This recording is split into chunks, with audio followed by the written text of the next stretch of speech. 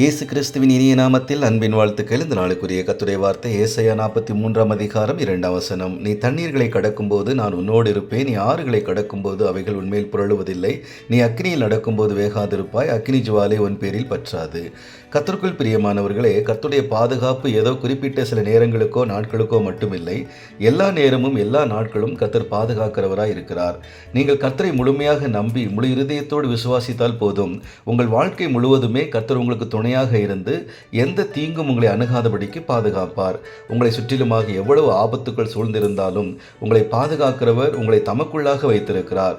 அநேக நேரங்களில் உங்கள் கண்கள் உங்களுக்கு எதிராக இருப்பவைகளை மட்டுமே பார்த்து கொண்டிருப்பதால் தான் உங்களுக்கு பயமும் திகிலும் அதிகமாய் வருகிறது. உங்கள் மனக்கண்கள் திறக்கப்பட்டு கர்த்தர் உங்களை சுற்றிலுமாக எப்படி பாதுகாப்பாக இருக்கிறார் என்பதை நீங்கள் பார்த்துவிட்டால் உங்கள் உள்ளம் பயப்படாது கர்த்தருக்குள் களி கூறும். ஆமேன்.